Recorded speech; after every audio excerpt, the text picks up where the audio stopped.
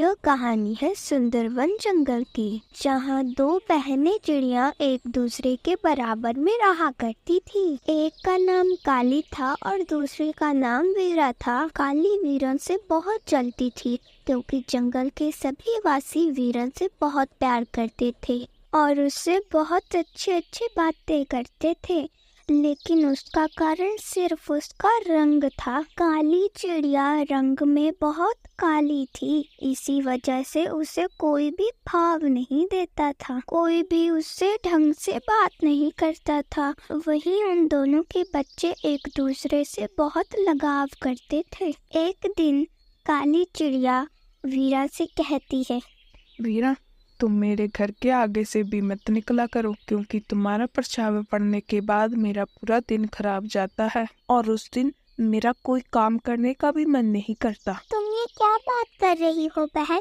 मैं तेरी बहन हूँ। पता नहीं तुम मुझे परायों की तरह क्यों कहती रहती हो? मैंने तुम्हें कितनी बार कहा है, मैं तेरी बहन नहीं हूँ। अब जा यहाँ से। ये दिखावा किसी और के सामने जाकर करना। ठीक है बहन, जैसी तेरी मर्जी। वीरा और काली के दोनों बच्चे जय और वीरू एक दिन छुपकर नदी पर खेलने जाते हैं और बहुत ज्यादा खुश होते हैं। भाई पता नहीं मेरी मम्मी को तेरे से क्या दिक्कत है, उससे कहती रहती है मैं तेरे से मत खेलूं। भाई पता नहीं, मेरी मम्मी तो मुझे 24 घंटे ताने ही मारती रहती है। अगर वो दोनों एक दूसरे के साथ हंसी खुशी बातें करे तो हम भी एक दूसरे के घर आ जा सकते हैं, मगर उन दोनों की लड़ाई है जो खत्म होने का नाम नहीं लेती। हाँ भाई तुम सही कह रहे हो, मुझे भी उनकी बातें कभी कभी समझ नहीं आती। रोज हम दोनों उनकी वजह से छुप छुप कर मिलते हैं। वहीं काली चिड़िया अपने बेटे जय का इंतजार कर रही थी। आज पता नहीं मेरा जय कहाँ चला गया, अब तक आया नहीं। उसे आने दो, फिर मैं उसे बताती हूँ। पता नहीं किनके साथ खेलता रहता है। वीरा भी अपने बेटे वीर को ढूंढती ढूंढती काली चिड़िया के पास आ जाती है और उसे कहती है, जय और वीरू एक साथ नदी किनारे खेल रहे होंगे। बहन तुम चिंता मत करो, वो जल्दी आ जाएंगे। अच्छा, मैं उसे अभी जाकर बताती हूँ। किसी के भी साथ खेलने लग जाता है। काली चिड़िया गुस्से में नदी किनारे चली जाती है।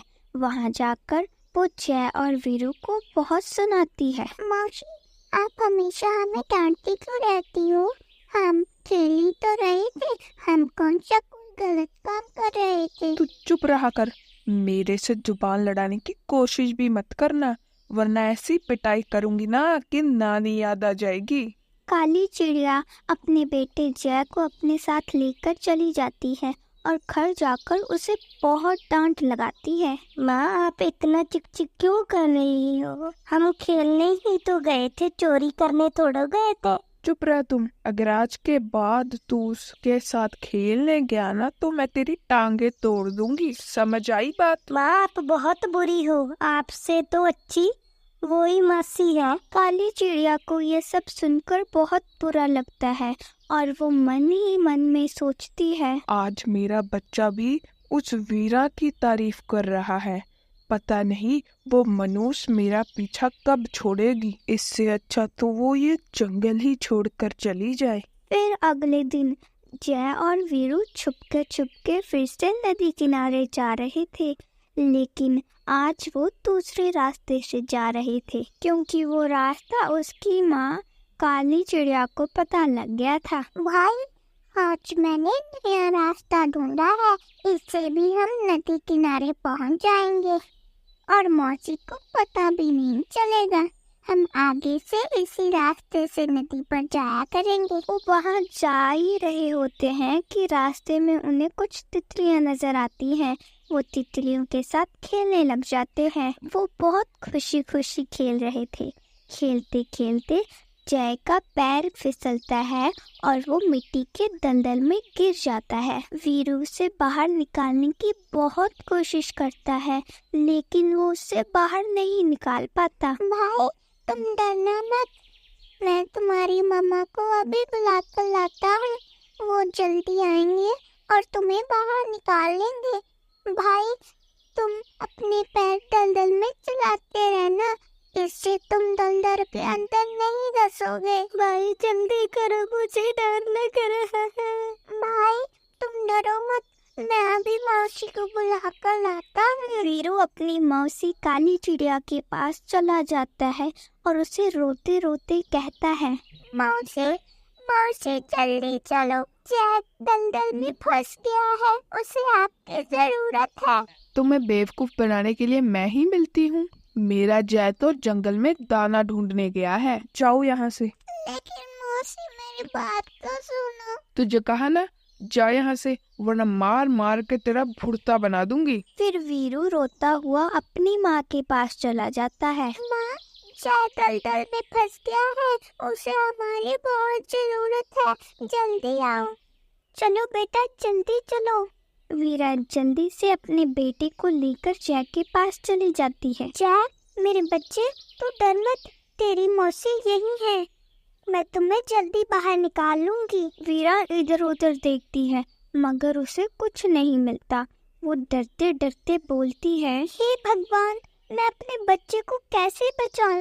अगर मेरे रहते इसे कुछ हो गया तो मैं अपने आप को माफ नहीं कर पाऊंगी। कालू कौआ ये सब देख रहा था। वो जल्दी से जाता है और काली को सारी बात बता देता है। काली चिड़िया जल्दी से दलदल के पास आ जाती है। मेरे बच्चे, ये क्या हुआ? तुम दलदल में कैसे चले गए? मुझे तो लगता है वीरू ने ही तुम्हें दलदल में धकेला होगा। मैं अभी तुम्हें कैसे बाहर निकालूं?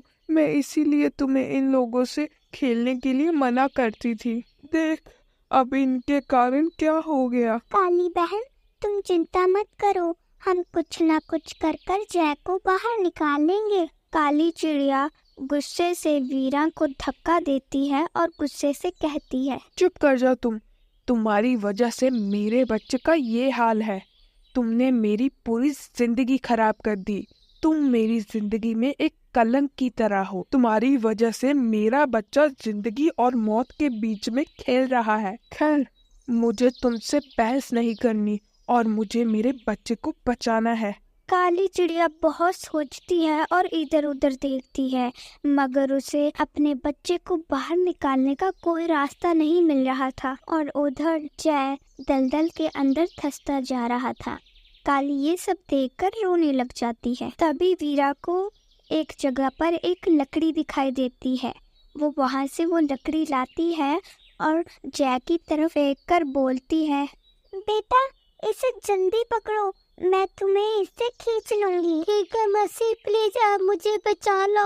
तुम चिंता मत करो मेरे बच्चे, तुम बस इसे पकड़ो और मैं तुम्हें बचा लूंगी। पूरे जोर लगाकर वीरा जय को बाहर निकाल लेती है। जय को बाहर निकालने के चक्कर में वीरा का पैर फिसल जाता है और वो दलदल में गिर जाती है। वीरा बहुत कोशिश करती है अपने आप को दलदल से बाहर निकालने के लिए, लेकिन वो अपने आप को दलदल से बाहर नहीं निकाल पाती। वीरा का बेटा वीरू रोते हुए बोलता है, माँ, अब आप दलदल से बाहर कैसे आओगी? हमने तो जय को कितने मुश्किल से दलदल से बाहर निकाला था, अब आप भी दलदल में गिर गए हो माँ। आप मुझे छोड़कर मत जाना माँ। ये सब देखकर काली चिड़िया को अपनी गलती का एहसास हो जाता है और वो बोलती है, वीरा बहन, मुझे माफ कर देना, मैं तुझे आज तक समझ नहीं पाई। तूने बच्चों की जान बचाने के लिए अपनी जान को जोखिम में डाला। कोई बात नहीं बहन, लेकिन तुम मेरी एक बात का ख्याल रखना, अगर मैं आज इस दलदल में डूब ही गई तो तुम मेरे बच्चे का वैसे ही ख्याल रखना जैसे तुम अपने बच्चे का ख्याल रखती हो। उसे कभी भी माँ की कमी महसूस होने मत देना बहन। तू क्या बात कर रही है बहन? तू इस डंडी को पकड़, मैं तुझे बाहर निकालती हूँ, तुम्हें कुछ नहीं होगा। काली अपनी बहन वीरा की ओर लकड़ी फेंकती है, लेकिन वीरा उस लकड़ी को नहीं पकड़ पाती और दलदल के अंदर डूब जाती है। माँ, तुम मुझे छोड़कर मत जाओ माँ। माँ माँ। ये क्या हो गया वीरा बहन? भले ही मैं तुमसे इतना लड़ती रहती थी, लेकिन ऐसा कभी नहीं चाहती थी कि तुम हमें छोड़कर चली जाओ बहन। ये सब मेरी वजह से ही हुआ है। अगर कुकू की मैं बात मान लेती तो आज ये सब न होता। काली बहुत पछताती है और बहुत रोती भी है कि उसने अपनी बहन को कभी भी सम्मान नहीं दिया और कभी भी उसकी बात भी नहीं मानी। काली रोती रोती जय और वीरू को अपने घर ले जाती है। कुछ दिन तो वीरू काली से बात तक नहीं करता, उसकी तरफ देखता भी नहीं था, लेकिन धीरे धीरे सब कुछ सही होने लगा और वीरू भी उनके परिवार में घुल मिल गया था। काली उसे बहुत प्यार देती है, उसकी माँ की तरह ही उसका ख्याल रखती है। वीरू मेरे बच्चे, मैं जानती हूँ कि मैं जिंदगी भर तेरी माँ वीरा से नफरत करती आई हूँ, लेकिन बेटा मैं अपनी बहन की ये इच्छा मरते दम तक पूरी करूँगी। मैं तुम्हें अपने बेटे की तरह ही बहुत प्यार करती हूँ, जय की तरह तुम भी मेरे जिगर का टुकड़ा हो मेरे बेटे। वीरू की आंखों में आंसू आ जाते हैं और वो बोलता है, मौसी, मुझे मेरी माँ की बहुत याद आ रही है। तुम्हारी माँ यही है मेरे बेटे, तुम्हारे पास मेरे पास वो हमेशा हमारे साथ ही रहेगी। तू चिंता मत कर बेटा, मैं हूँ ना। मुझे भी तू अपनी माँ समझ, मासी माँ के समान ही होती है बेटा। काली चिड़िया वीरू को अपने गले से लगा लेती है और उसे जिंदगी भर बहुत प्यार करती है। प्यारे दोस्तों, अगर आपको ये हमारी कहानी अच्छी लगी तो हमारे चैनल को सब्सक्राइब करना मत भूलना। वीडियो को लाइक शेयर कमेंट जरूर करना। धन्यवाद।